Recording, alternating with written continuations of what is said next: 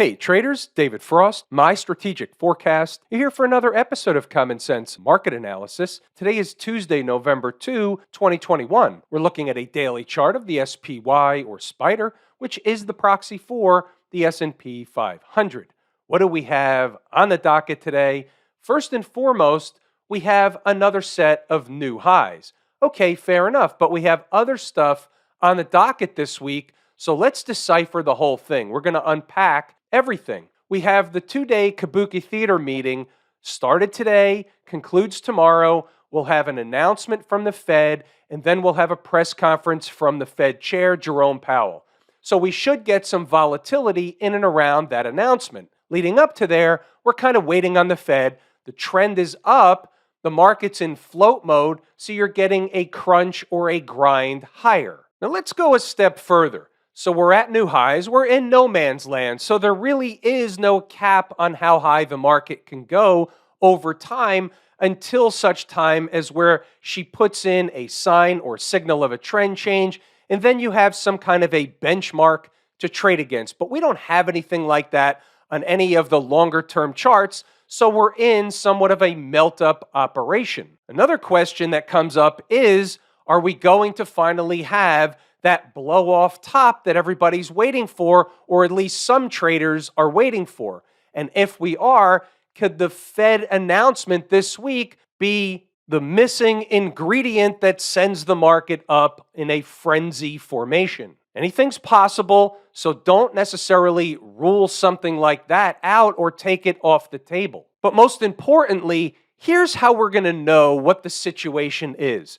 We're going to go through a series of charts, and we're going to have numbers on both sides of the market, or at least we're going to have what to look at on both sides of the market, numbers on one, and essentially a pattern and a number on the other. This way, following the Fed announcement, we're going to have a pretty good idea of what's taking place and what's going to follow over the next several days. And by the way, just to insert this for those of you waiting, it's not lost on me what happened with the transports today and car Avis budget. We'll get to that when we get to the transports. Is anything jumping off the page on the daily chart? The only thing that really jumps off the page right now for me is getting a little bit far from home base. Doesn't mean it can't go higher, but we are getting a little far from home base, which is the 20-period moving average, and the market has a tendency to either go sideways and let home base have a chance to creep up to price,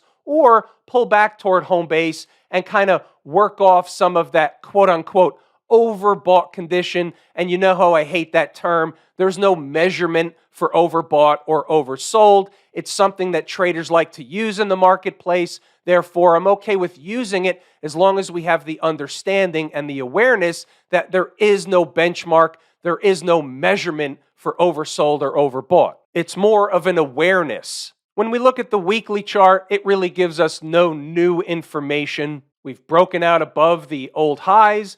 We've closed last week above the old highs, and here we are continuing to push higher. There's really nothing else we need to know about the weekly chart other than where the former high is, and it is at 454.05, and we know that number from before. They will come back to visit that number again. The question is, how much higher first before that takes place? The monthly chart, just as a refresher, we have the reversal candle from last month, the month of October. First, we had a reversal in September, and then we had a reversal of the reversal in October. The trend is the dominant thing. She is your friend until she breaks up with you in a text message. Let's go the other way for a moment. Here's a 240-minute chart, and it basically looks like the daily chart, not much of a difference at all. However, all of a sudden, when we look at the 120-minute chart, we have something to work with. This chart gives us something to work with on the south side, and it gives us something to work with in terms of what it's doing. It's creating a bullish, flaggish pattern.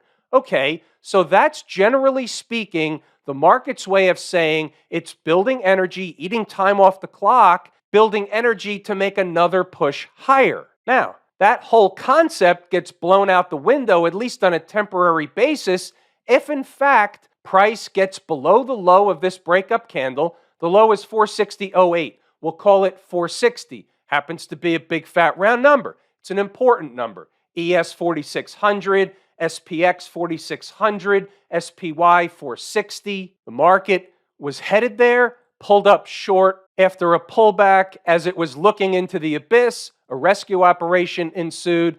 They went and got the big fat round number, the completion of the inverse head and shoulders that we've been discussing. And here we are continuing to push higher. The trend is the dominant thing. So the trend from a longer term basis won't necessarily change, but on a short term basis, things can morph into other things before the longer term trends begin to change. So therefore, from a short term basis, at least on this 120-minute chart, we look at 460 for a couple of reasons. Big fat round number, low of a breakup candle. It's important. If they start getting below that, we know that the bullishness is changing, at least on a short-term basis. Keep in mind, in and around the Fed announcement, the market's going to go up, the market's going to go down. The market is designed to make as many traders and investors look like fools as much of the time as possible. So the traders trying to catch lightning in a bottle in and around the Fed announcement,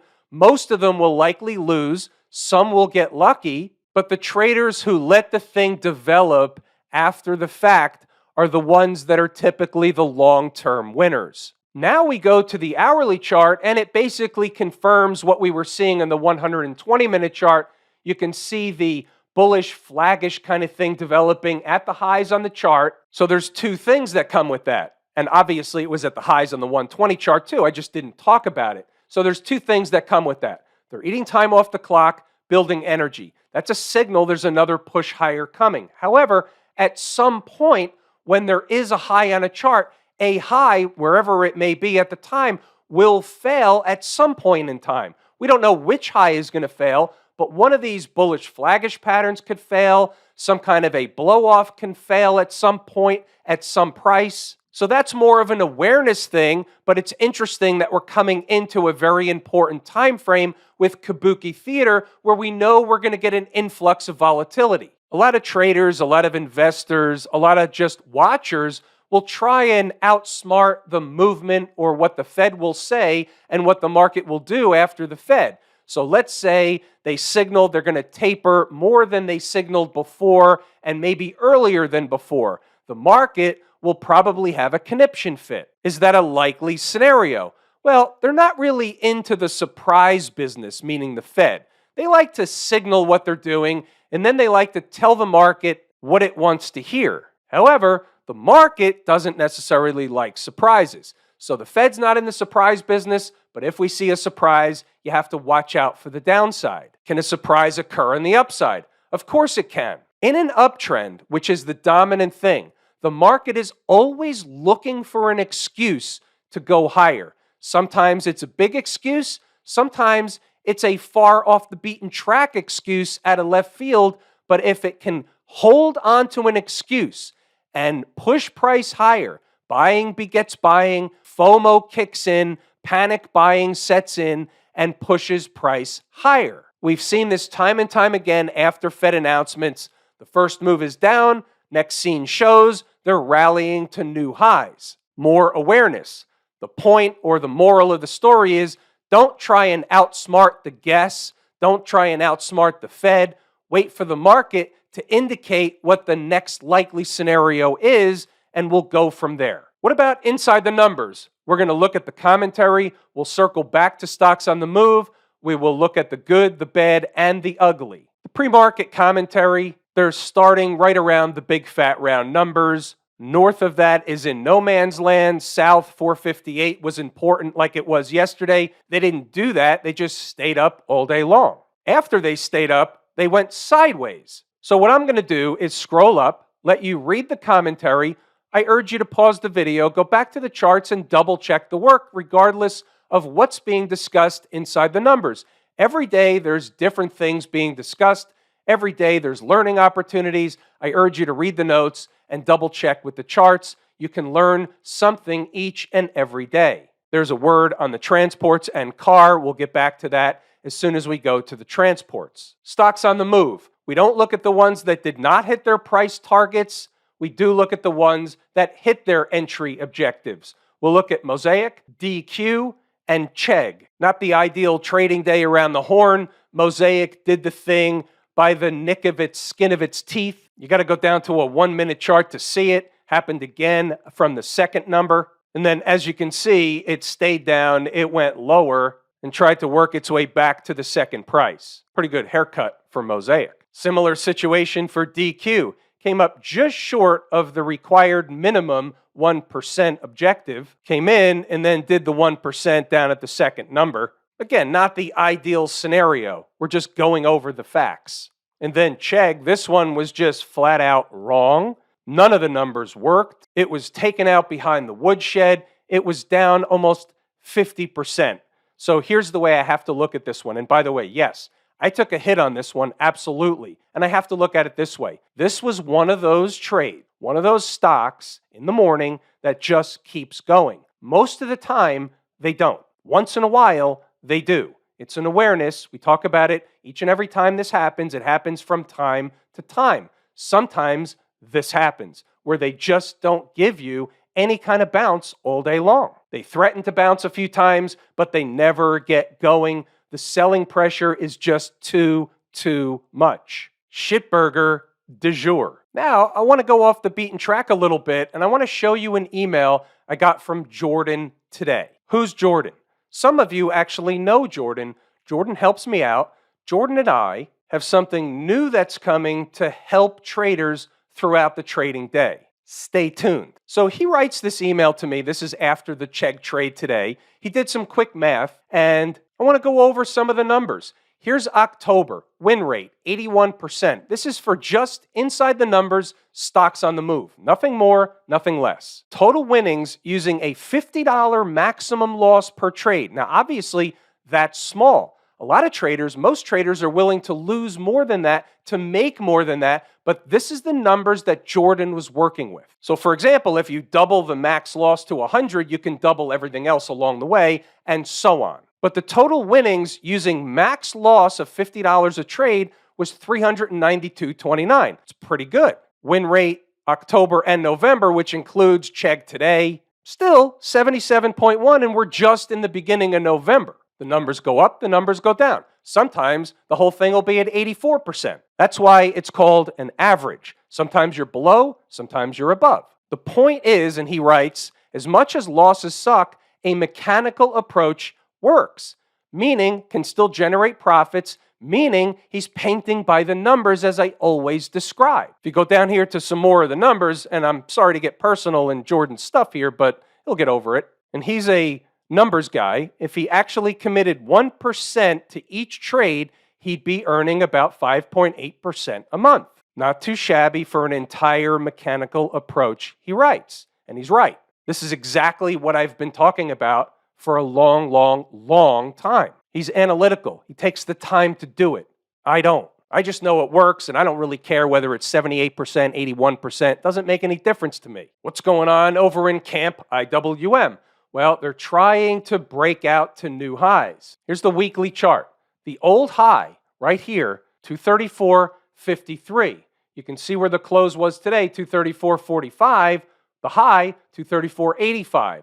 So they punch it through by a little bit, but don't close above. That's not abnormal. That's not out of the ordinary. That's just garden variety. Sometimes they just bust right through. Sometimes they play games with it. Sometimes they come up short, run sideways under the high for a while, and then go higher. Anything goes as long as you can recognize what the current storyline is. Closing above the old high is one thing. Not being able to is another. We'll see if they can, or we'll see if they start to get rejected. Either way, we don't know. We don't anticipate. We're the umpire calling balls and strikes. Now we get to the folks over at the transportation department.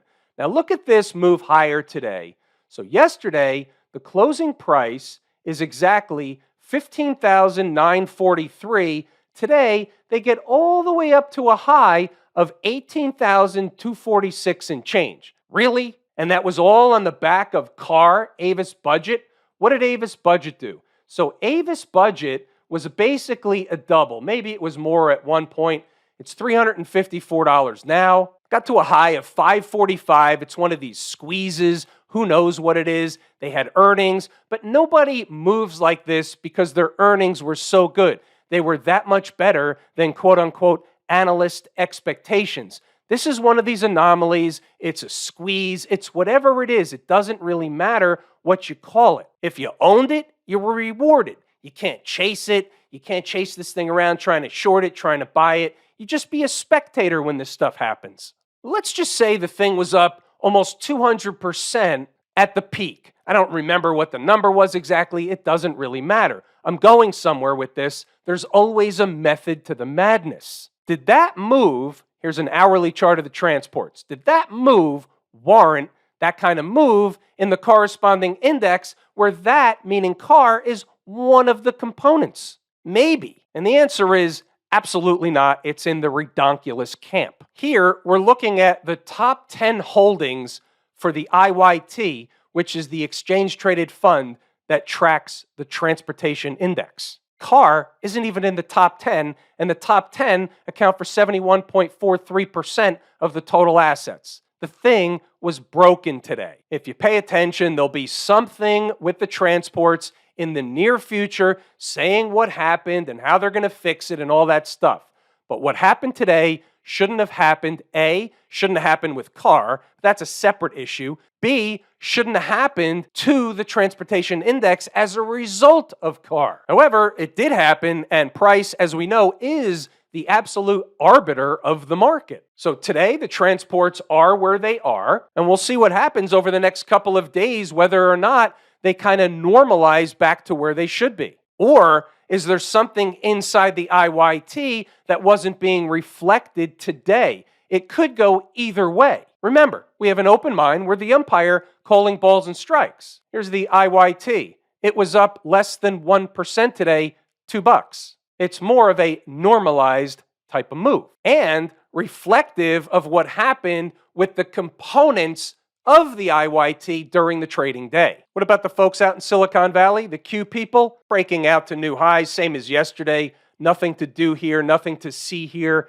They're in no man's land. Are they headed to 400, 390, 395? Until they signal back to us that they're putting in a sign and or signal of a trend change, then we're just spectators unless you're long the QQQ. And if you are, you just ride it until she tells you she's changing trend. XLF, the financials, basically flat today. We're not going to read into a flat tape today in the financials. They're close to the highs that they were at the other day. They're above all the moving averages. Nothing to see here. We'll just move it along. How about Smashmouth, the proxy for the Philadelphia Semiconductor Index? How about a breakout to new highs? Here's the weekly chart. Is this a sign of a weak market, or is this an uptrending market that's very, very strong? This is an uptrending market that's very, very strong. The only thing that shakes the boat on this one is getting back below and then starting to close daily and weekly below 276. Until that happens, she's on a breakout. Have I told you how much I appreciate each and every one of you? Without you, these videos are not possible. True and accurate information. We're going to pull the ripcord here today. It's everything I wanted to and intended to discuss. I'm David Frost, my strategic forecast. Thanks again for tuning in to another episode of Common Sense Market Analysis.